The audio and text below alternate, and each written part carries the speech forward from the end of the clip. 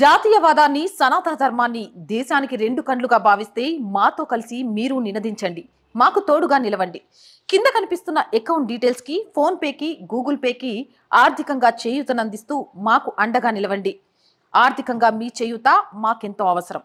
నమస్తే, welcome to our voice. నేను journalist నవత. తెలంగాణలో బీఆర్ఎస్ గవర్నమెంట్ పాలన చూసిన తర్వాత మార్పు కోరుకున్న ప్రజలు కాంగ్రెస్కి పట్టం కట్టారు. కాంగ్రెస్ ఉచిత పథకాలు అలాగే కాంగ్రెస్ ప్రజలకు ఇచ్చిన హామీలు నెరవేరుస్తుందనే ఒక నమ్మకంతో రేవంత్ రెడ్డిని, ముఖ్యంగా సీఎంగా రేవంత్ రెడ్డి అయితే ఖచ్చితంగా ప్రక్షాళన జరుగుతుంది అనే ఒక నమ్మకంతో ఓటేసి ముఖ్యమంత్రి అవ్వడానికి కారణమయ్యారు. కానీ రేవంత్ రెడ్డి ముఖ్యమంత్రి అయిన తర్వాత వివిధ శాఖలలో జరుగుతున్న అవినీతికి సంబంధించి, అన్యాయాలకు సంబంధించి అలానే పట్టించుకుంటున్నారా అంటే ఈరోజు నిరుద్యోగులు కానీ మిగిలిన వాళ్ళు కానీ రోడ్డెక్కి చేస్తున్న ఉద్యమాలు తెలియజేస్తూనే ఉన్నాయి. ఇక మరో పక్కన నుంచి బీఆర్ఎస్ నుంచి కాంగ్రెస్లోకి ఎమ్మెల్యేలను చేర్చుకోవడమే పనిగా పెట్టుకున్నారే కానీ జరుగుతున్న అన్యాయాల విషయంలో రేవంత్ రెడ్డి సర్కారు కాస్త పట్టించుకోవడం లేదు అనే వార్తలే వస్తున్నాయి. దీనికి సంబంధించిన కొన్ని వార్తాపత్రికలో వచ్చిన ఆర్టికల్స్ ని చూపించిన తర్వాత నేను మీతో మాట్లాడతా. ఇది నమస్తే తెలంగాణలో వచ్చింది. అర్ధ గణాంక శాఖలో బదిలీలను నిబంధనలు అమలు కావడం లేదని విమర్శిస్తున్న ఉద్యోగులు తప్పనిసరి బదిలీ జాబితాలో ఉన్న రిటైన్ చేశారని ఆరోపణ. రాష్ట్ర వ్యాప్తంగా అన్ని విభాగాల్లో ఉద్యోగులు బదిలీలు జరుగుతున్నా తమకు మాత్రం అన్యాయం జరుగుతుందని అర్ధ గణాంక శాఖ ఉద్యోగులు ఆరోపిస్తున్నారు. బదిలీలకు సంబంధించి నెల 3న ప్రభుత్వ జీవో ప్రకారం ఏ ఉద్యోగి అయినా 4 ఏళ్లకు మించి ఒకే చోట పనిచేయరాదన్న నిబంధన ఉందని గుర్తు చేశారు. నిబంధనను తుంగలో తొక్కి బదిలీల్లో తమ పేరు లేకుండా మేనేజ్ చేశారని చెప్పుకుంటున్నారు. 40% మంది ఉద్యోగులు తప్పనిసరిగా బదిలీ కావాలన్న నిబంధన ప్రకారం గతంలో ఒక జాబితాను విడుదల చేసినప్పటికీ అందులోని పలువురు ఉద్యోగులను హెల్త్ సర్టిఫికేట్ వంకతో రిటైన్ చేసినట్లు చెప్పారు. వారిలో చాలా మంది నకిలీ సర్టిఫికేట్లు సమర్పించినట్లు ఆరోపిస్తున్నారు. మరికొందరు గుర్తింపు పొందిన సంఘం ఆఫీస్ బేరర్లుగా సర్టిఫికేట్ తెచ్చుకుంటున్నారని, హైదరాబాద్ లోని డైరెక్టర్ తో పాటు జిల్లాలో విచ్చలవిడిగా ఆఫీస్ బేరర్ల సర్టిఫికేట్లు మంజూరవుతున్నాయని చెప్పారు. తప్పనిసరి బదిలీల జాబితాలో ఉన్న కొందరు ఉద్యోగులు ఆ జాబితాలో లేని వారికి ఫోన్లు చేసి ఆప్షన్లు పెట్టుకోవద్దంటూ మేనేజ్ చేశారని, తద్వారా వారు ఖాళీ అయ్యే స్థానంలోకి ఎవరూ రావడం లేదన్న వంకతో రిటైన్ చేయించుకున్నారని ఆరోపణలు వినిపిస్తున్నాయి. అర్ధ గణాంక శాఖలో బదిలీలన్నీ గందరగోళంగా తయారయ్యాయని, ఈ నేపథ్యంలో ఉన్నతాధికారులు చొరవ తీసుకుని తమకు న్యాయం చేయాలని పలువురు ఉద్యోగులు తమ శాఖ ముఖ్య కార్యదర్శికి ఫిర్యాదు చేసినట్లు సమాచారం. దీనికి సంబంధించి ఈనాడులో కూడా ఆర్టికల్ వచ్చింది. డైరెక్టరేట్ ఆఫ్ స్టాటిస్టిక్స్ ఎకనామిక్స్ లో ఉద్యోగుల బదిలీపై గందరగోళం ఏర్పడింది. Hyderabad directorate of statistics economics లో ఉద్యోగుల బదిలీపై గందరగోళం ఏర్పడింది. యూనియన్ నాయకుల లేఖలతో ఉన్న చోటే కొనసాగేందుకు కొందరు ప్రయత్నం చేస్తున్నారని సహచర ఉద్యోగులు తీవ్ర అభ్యంతరం వ్యక్తం చేస్తున్నారు. లక్డీకపూర్లోని డైరెక్టరేట్ కార్యాలయంలో వారంతా ఆందోళన చేపట్టారు. 6వ జోన్లో బదిలీల తీరుపై ఉద్యోగులు అభ్యంతరం తెలుపుతూ 4 ఏళ్లు పూర్తి చేసుకున్న అందరి బదిలీ చేయాల్సిందేనని డిమాండ్ చేశారు. బదిలీ ప్రక్రియ పారదర్శకంగా నిర్వహించాలని కోరారు.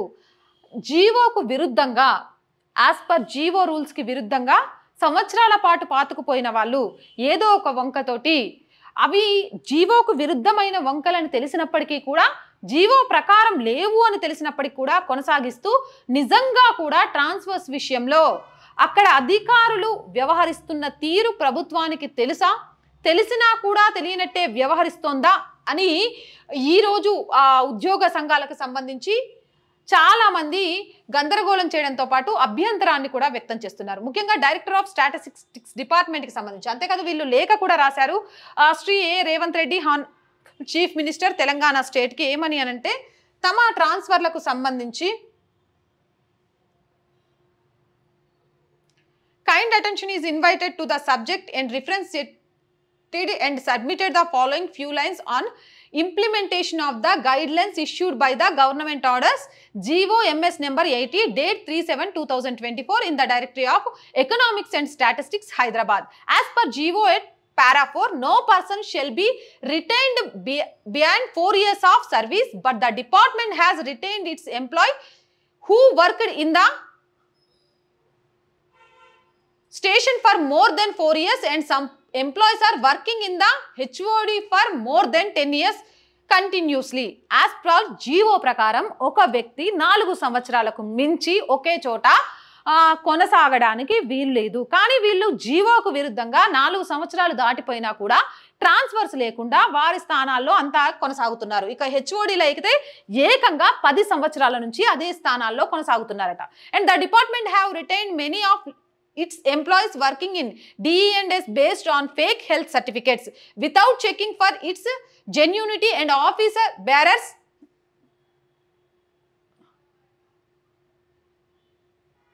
in all cadres which is against GO at para number 4B, and the employees in HOD are working again and again showing the office bearers which are eligible only 6 years but availing it for more than 10 years to 25 years in all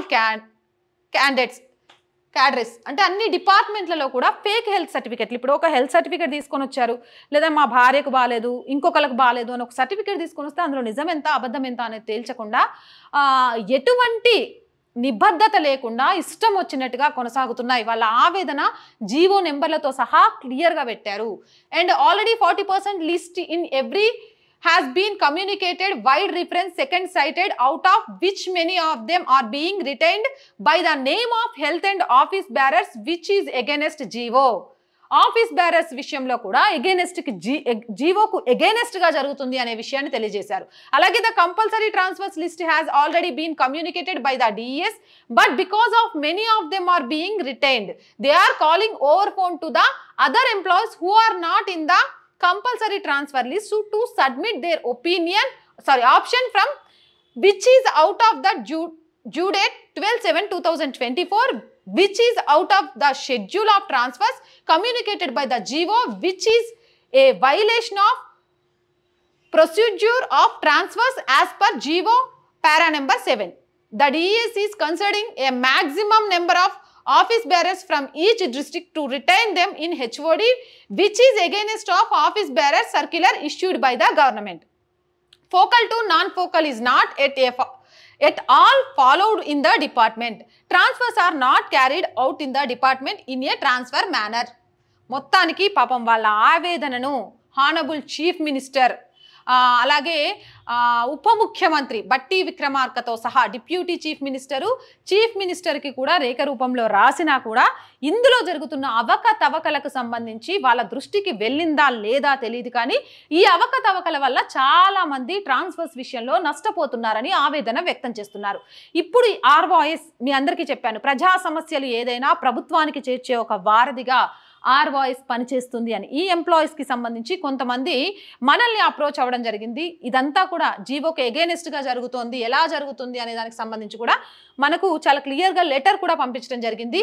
కాబట్టి ప్రభుత్వం ఇకనైనా స్పందించి director of statistics అలాగే ఎకనామిక్స్లలో ఉద్యోగుల బదిలీల గందరగోళం విషయంలో సరైన నిర్ణయం తీసుకొని అలాగే అర్హులైన వారికి న్యాయం చేయాలి అని కోరుకుందాం. ముఖ్యమంత్రిగా రేవంత్ రెడ్డి ఖచ్చితంగా ఈ విన్నపాన్ని, ఉద్యోగుల విన్నపాన్ని వింటారని, వారికి న్యాయం చేస్తారని ఆశిద్దాం. అంతేకాదు దీనికి సంబంధించి వాళ్ళు గవర్నర్కి కూడా చేరాలి అని కోరుకున్నారు. ఖచ్చితంగా మనం ఈ లింక్ని ట్వీట్ ద్వారా అటు ముఖ్యమంత్రికి అలాగే డిప్యూటీ సీఎంకి గవర్నర్కి కూడా ట్వీట్ చేద్దాము.